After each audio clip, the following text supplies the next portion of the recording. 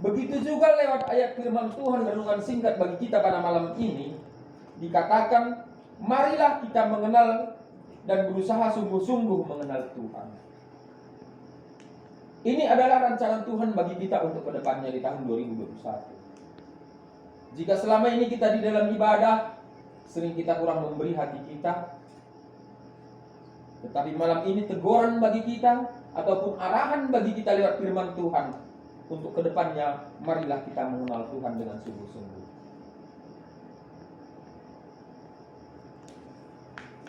Karena jika kita mengenal Tuhan dengan sungguh-sungguh, maka kita pasti mengetahui apa kehendak-kehendak Tuhan yang harus kita jalankan. Jika kita mengenal orang tua kita, maka kita pasti tahu apa yang keinginan daripada orang tua. Begitu juga jika kita mengenal Tuhan dan kita diharapkan ke depan ini untuk mengenal Tuhan, mari kita lagi lebih memberi hati dan kehadiran kita untuk Tuhan. Tadi sedikit ada pertemuan para pelayan-pelayan di sini, mungkin anak-anak kami sebagian tadi ada di sini. Bagaimana rencana-rencana ataupun program-program untuk ke depan, program-program di tengah gereja ya. Begitu juga saat ini bagaimana rencana-rencana kita, program-program kita untuk kemajuan muda-mudi di dalam Tuhan untuk ke depannya. Jelas dikatakan firman Tuhan ini untuk kita lebih sungguh-sungguh mengenal Tuhan. Ini bukan suatu rancangan ini. Saya pun tidak menyangka pujian itu tadi seperti itu. Ternyata firman Tuhan pun sangat erat berkaitan dengan pujian kita tadi.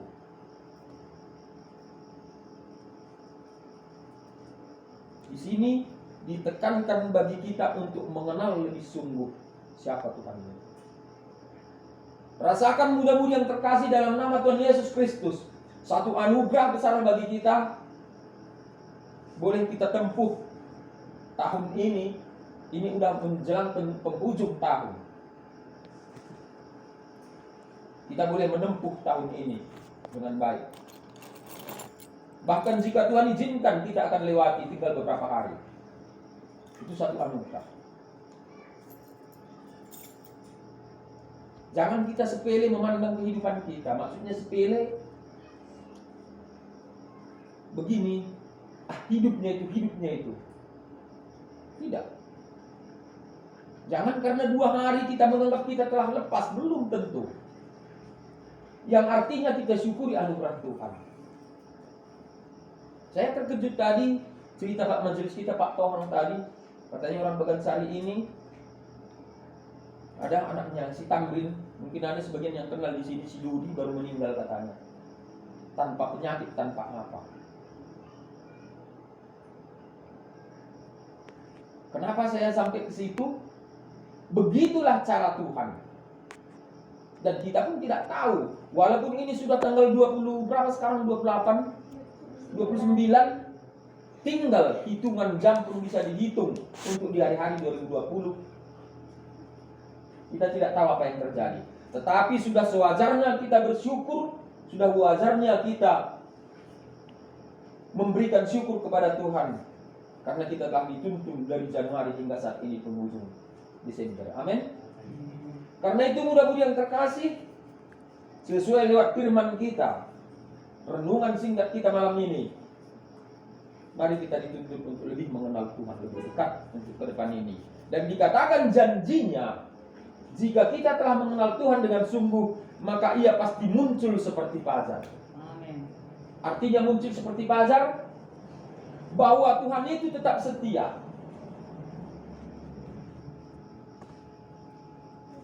Coba kita tahu fajar itu matahari kan? Dia muncul seperti fajar, tak pernah matahari terbit dari selatan ataupun dari barat daya.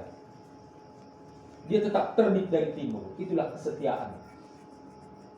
Demikian juga setianya Tuhan nanti mengasihi kita jika kita mengenal Dia lebih sungguh.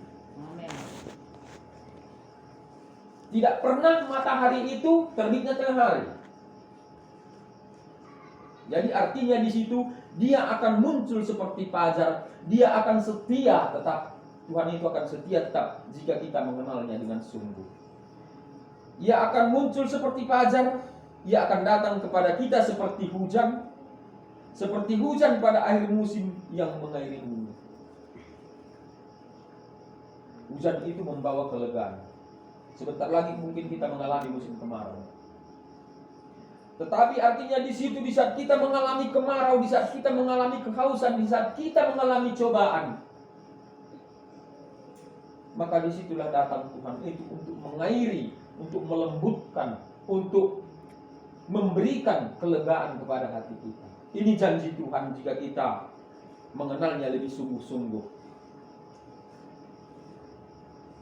Ini adalah suatu berkat yang begitu besar bagi kita di penghujung tahun ini. Saya pun mempersiapkan ini, bukan ada persiapan saya. Ketika tadi malam bertelepon dengan Ibu Gembala, begini Pak. Saya bilang sebenarnya tidak ada. Tetapi apa arti kita? Apa kita duduk aja yang kita ibadah? Dan biarlah ibadah kita ini betul-betul ibadah yang menyenangkan hati Tuhan. Amin.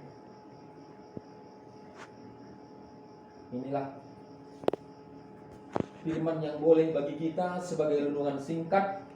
Singkat renungan ini, tetapi tuntutannya banyak bagi kita untuk kedepannya.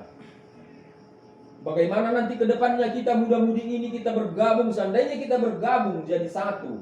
Kita mulai di Januari nanti.